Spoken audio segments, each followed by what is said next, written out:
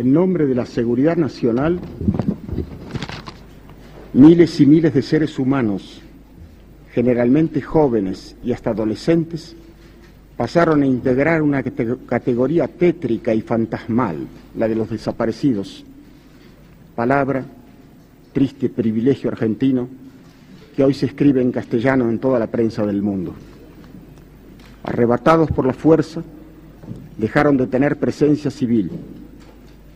¿Quiénes exactamente los había secuestrado? ¿Por qué? ¿Dónde estaban? No se tenía respuesta precisa a estos interrogantes.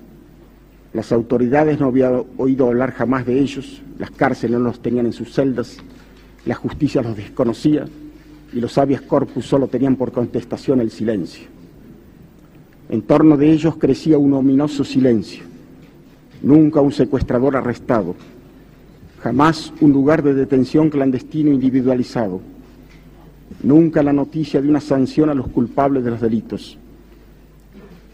Así transcurrían días, semanas, meses, años de incertidumbre y dolor de padres, madres e hijos, todos pendientes de rumores, debatiéndose entre desesperadas expectativas, de gestiones innumerables e inútiles, de ruegos influyentes a oficiales de alguna fuerza armada que alguien les recomendaba, a obispos y capellanes, a comisarios. La respuesta era siempre negativa. En cuanto a la sociedad, iba arraigándose la idea de la desprotección, el oscuro temor de que cualquiera, por inocente que fuese, podía caer en aquella infinita casa de brujas, apoderándose de unos el miedo sobrecogedor y de otros una tendencia consciente e inconsciente a justificar el horror.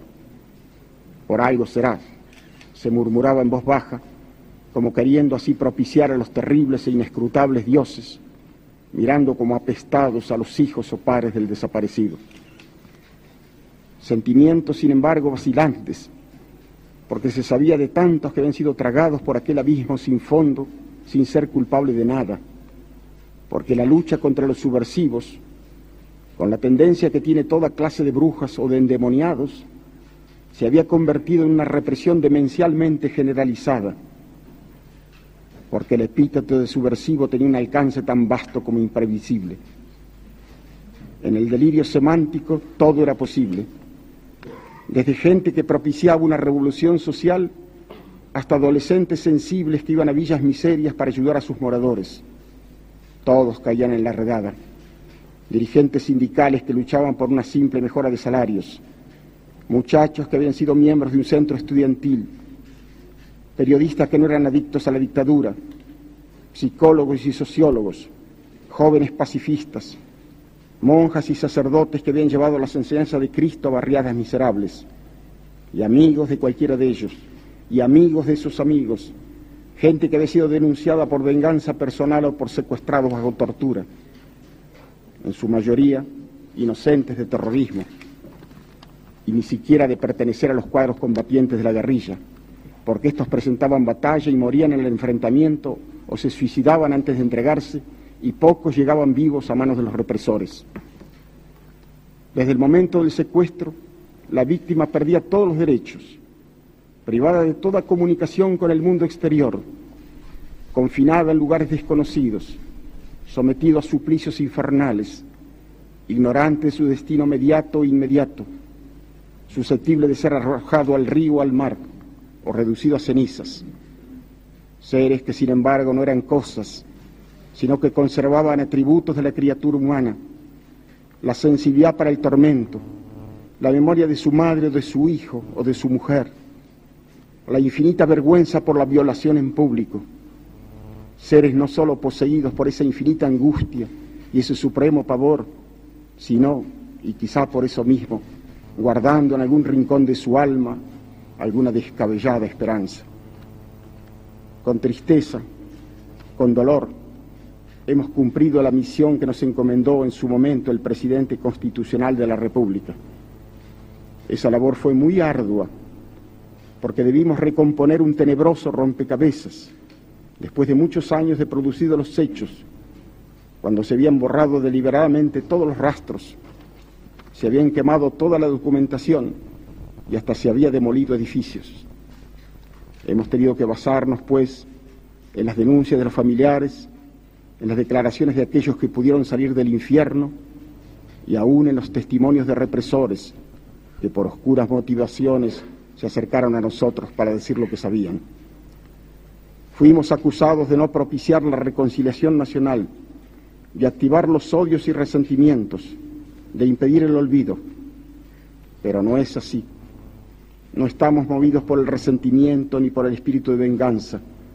Solo pedimos la verdad y la justicia, tal como por otra parte las han pedido las iglesias de distintas confesiones, entendiendo que no podrá haber reconciliación sino después del arrepentimiento de los culpables y de una justicia que se fundamente en la verdad, porque si no, debería echarse por tierra la trascendente misión que el Poder Judicial tiene en toda comunidad civilizada. Las grandes calamidades son siempre aleccionadoras, y sin duda el más terrible drama que en toda su historia sufrió la nación durante el período que duró la dictadura militar, iniciada en marzo de 1976, servirá para hacernos comprender que únicamente la democracia es capaz de preservar a un pueblo de semejante horror, que solo ella puede mantener y salvar los sagrados y esenciales derechos de la criatura humana. Únicamente así podremos estar seguros de que nunca más en nuestra patria se repetirán hechos que nos han hecho trágicamente famosos en el mundo civilizado.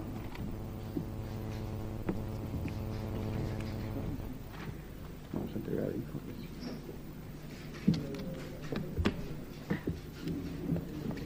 Aquí le vamos a entregar, señor presidente, el informe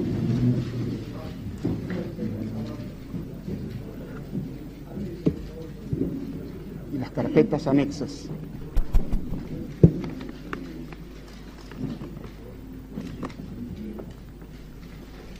Debo recordar que la masa total del informe comprende más de 50.000 folios que entregamos al señor presidente también en forma de microfilmación. Esta es la carpeta que saldrá en forma de libro. Señor presidente de la Comisión Nacional sobre la Desaparición de Personas, doctor Ernesto Sábato. Señoras, señores, en nombre del Poder Ejecutivo de la Nación,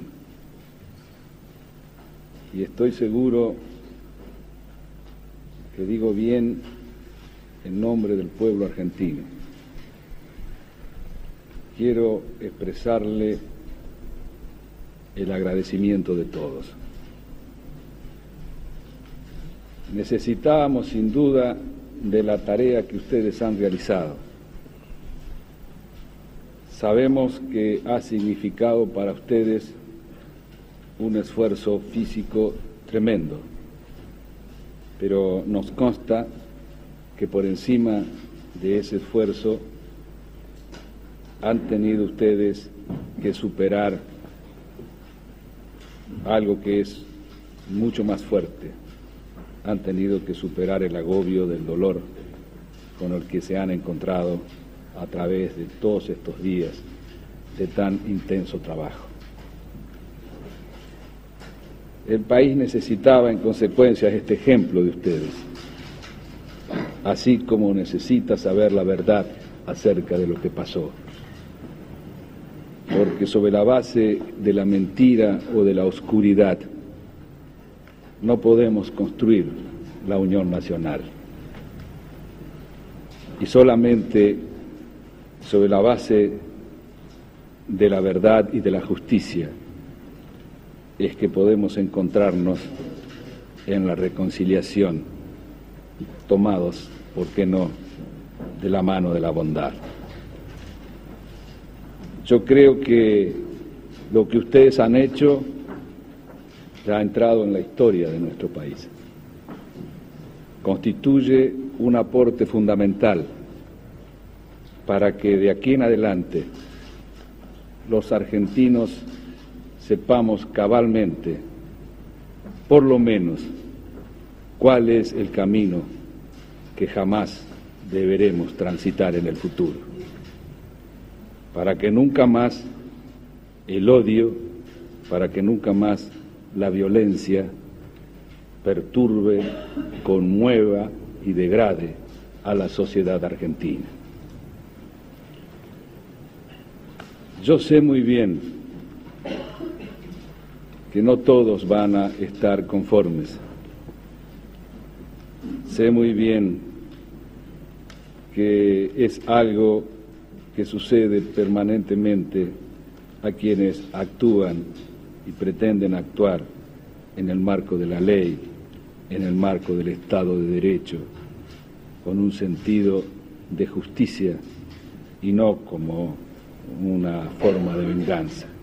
Seguramente haya quienes de una parte y de otra parte levanten sus voces reclamando otro tipo de acción, pero tengo la más absoluta convicción de que la enorme mayoría de los argentinos está en estos momentos agradeciéndoles el esfuerzo, y tengo también la seguridad que en el futuro nuestros hijos recordarán los nombres de cada uno de ustedes, porque a través de este esfuerzo y con el ejemplo han señalado, al mismo tiempo que el camino que no debía tomarse, también un ejemplo para cada uno en cuanto a la necesidad de asumir responsabilidades, que es la forma de participación que reclama la democracia. Ustedes han aceptado esa participación y la han aceptado en una situación límite. Ustedes han transitado estos meses duros y difíciles cumpliendo con nobleza una obligación de ciudadanos que está más próxima del heroísmo que del esfuerzo. De modo que reitero en este sentido el agradecimiento del Poder Ejecutivo y el reconocimiento que estoy convencido el pueblo argentino les está brindando en estos momentos. Vamos a tomar debida nota de todo lo que nos han traído.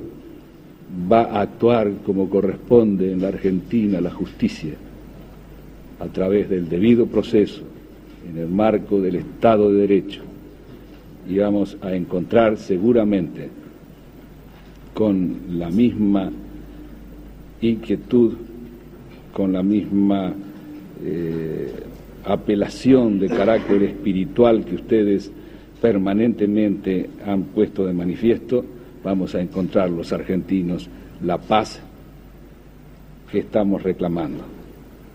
Yo no sé si habrá habido otro presidente en nuestra historia que se haya encontrado frente a dramas de esta naturaleza tan penosos, inmersos además en circunstancias difíciles desde todo punto de vista. Pero al presidente de los argentinos se le hace mucho más fácil su acción cuando cuenta con ejemplos de ciudadanos como ustedes que enaltecen a la sociedad argentina. De nuevo, señores, muchísimas gracias por lo que han hecho.